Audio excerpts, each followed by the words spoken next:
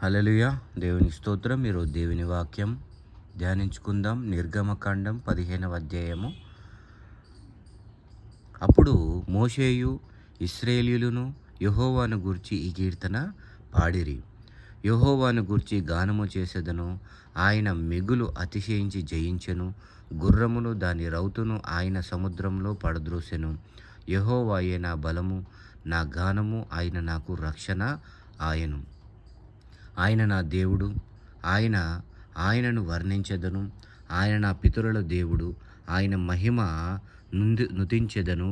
యెహోవా యుద్ధశూరుడు, యెహోవా అని ఆయనకు పేరు. ఆయన ఫరో రథములను అతని సేనను సముద్రంలో పడద్రోసెను. అతని అధిపతులలో శ్రేష్ఠులు ఎర్ర సముద్రములో మునిగిపోయిరి. అగాధ జలములు వారిని కమ్మెను. వారు రాతివలె అడుగంటి పోయిరి. యెహోవా నీ దక్షిణ హస్తము బలమొంది అతిశయించును. యెహోవా నీ దక్షిణ హస్తము శత్రువుని చితకగొట్టును. నీ మీదికి లేచువారిని నీ మహిమాతిశయము వలన అణిచివేయుదువు. నీ కోపాగ్నికి రగులజేయుదువు, అది వారిని చెత్తవలె దహించును. నీ నాసిక రంధ్రముల ఊపిరి వలన నీళ్లు రాశిగా కూర్చబడెను. ప్రవాహములు కుప్పగా నిలిచెను. అగాధ జలములు సముద్రము మధ్య గడ్డకట్టెను. తరిమెదను, కలుసుకొనెదను, దోపుడు సొమ్ము పంచుకొనెదను. వాటి వలన నా ఆశ తీర్చుకొనెదను. నా కత్తి దూసెదను. నా చెయ్యి వారిని నాశనము చేయును. శత్రువనుకొనెను, నీవు నీ గాలిని విసరజేసితివి. సముద్రము వారిని కమ్మెను. వారు మహా అగాధమైన నీళ్లలో సీసము వలె మునిగిరి. యెహోవా వేల్పులలో నీ వంటి వాడెవడు? పరిశుద్ధతను బట్టి నీవు మహానీయుడవు. స్తుతి కీర్తనను బట్టి పూజ్యుడవు. అద్భుతములు చేయువాడవు, నీ వంటి వాడెవడు? నీ దక్షిణ హస్తమును చాపితివి, భూమి వారిని మృంగివేశెను. నీవు విమోచించిన ఈ ప్రజను నీ కృపచేత తోడుకొని పోతివి. నీ బలము చేత వారిని నీ పరిశుద్ధాలయమునకు నడిపించితివి. జనములు విని దిగులుపడును. ఫిలిష్తీయ నివాసులకు వేదన కలుగును. ఏదోము నాయకులకు కలవరపడుదురు. మోయాబు బలిష్ఠులకు వణుకు పుట్టును. కనాను నివాసులందరూ దిగులొంది కరిగిపోవుదురు. అధిక భయము వారికి కలుగును.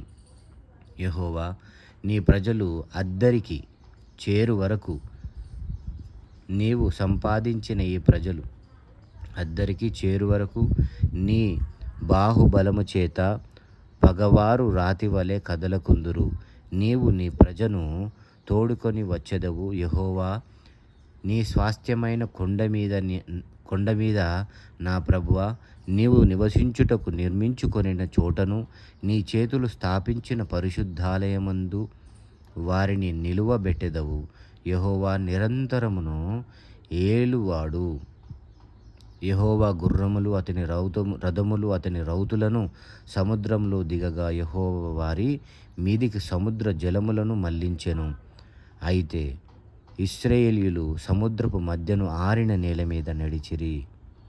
మరియు అహరోను సహోదరియు ప్రవక్తియగు మిర్యాము తంబురను చేత పట్టుకొని, స్త్రీలందరూ తంబూరాలతో నాట్యములతో ఆమె వెంబడి వెళ్ళగా, మిర్యాము వారితో కలిసి ఇట్లు పల్లవి ఎత్తి పాడెను.